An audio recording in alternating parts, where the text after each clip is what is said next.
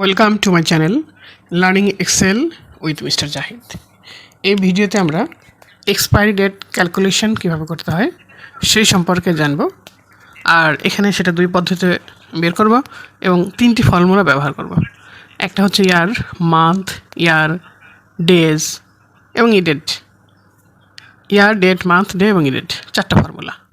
তো এখানে একটা এক্সাম্পল হিসেবে দিচ্ছি। প্রথমে ইয়ার ফর্মুলা ব্যবহার করব।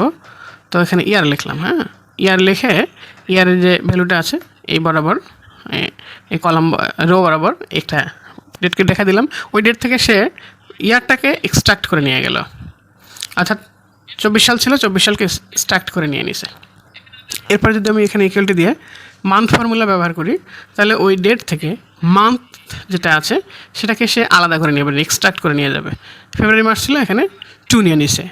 আবার এখানে যদি ডে ফর্মুলা ব্যবহার করা হয়, তাহলে ওখানে যে ওই ডেটে যে তারিখটা ছিল, মানে ওই দিন যেটা ছিল সেটাকে এক্সট্রাক্ট করবে। অর্থাৎ 10ই ফেব্রুয়ারি ছিল, এখানে 10টাকে আলাদা করে নিয়ে নিছে। আচ্ছা, এখানে 10ই ফেব্রুয়ারি 2024 ছিল, বা 24/2/2010 হয়েছে। এখন এক্সপায়ারি ডেট বের করার জন্য এখানে আমরা দেখতে পাচ্ছি 77 মার্ক পরে এক্সপায়ারি হবে। তাহলে এখানে যদি +77 দিয়ে দিই সেটা আসবে না। কেন?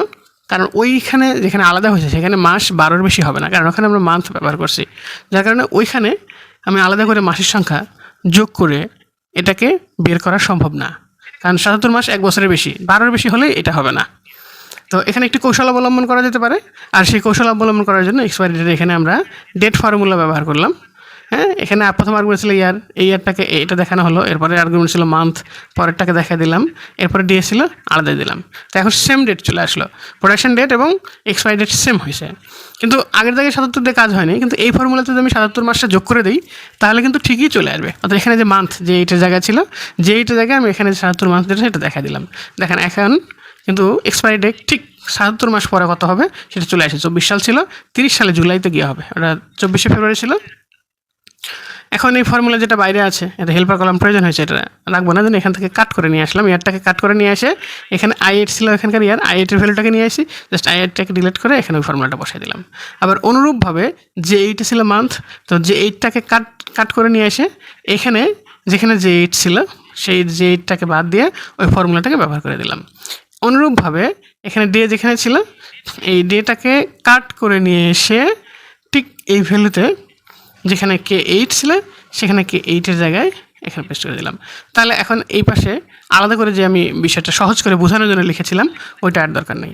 এখন এটাকে যদি কপি করে পেস্ট করে দেই বা ফিল ডাউন করে দেই, তাহলে এখানে যে যত মাস যেখানে আছে, যেভাবে দেওয়া আছে, যত মাস পরে যার এক্সপায়ারি ডেট, ঠিক সেইভাবেই এটা আমাদের ক্যালকুলেশন চলে আসবে। এবং এটা অবশ্যই ডাইনামিক। এই সি কলামের ডেট ছিল, এই কলামে এক্সপায়ারি আসছে সি কলামের মান্থের অনুসারে।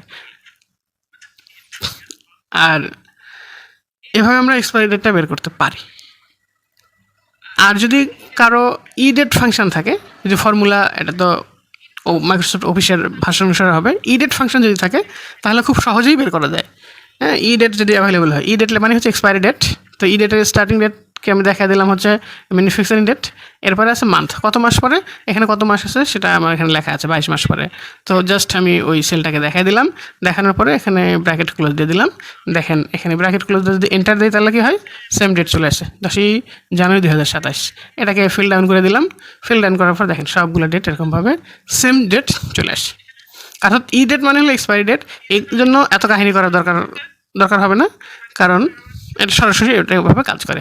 তো ই ডেট যদি আমরা থাকে তাহলে আমাদের ডেট, মান্থ, ইয়ার এতগুলো ফর্মুলা ব্যবহার করার আর প্রয়োজন হবে না আর কি। তখন আমরা ই ডেট দিয়েই করবো। আর আমাদের পেইড কোর্সের ভর্তি চলছে। আপনারা আমাদের ভর্তির লিঙ্কে ক্লিক করে বা আমাদের ওয়েবসাইট ভিজিট করে আমাদের কোর্স সম্পর্কে জানতে পারবেন। অতি অল্প সময়ে স্বল্প খরচে অনলাইন ক্লাসের মাধ্যমে আমরা বেসিক টু অ্যাডভান্স এক্সেল শিখতে পারবেন। Thanks for viewing.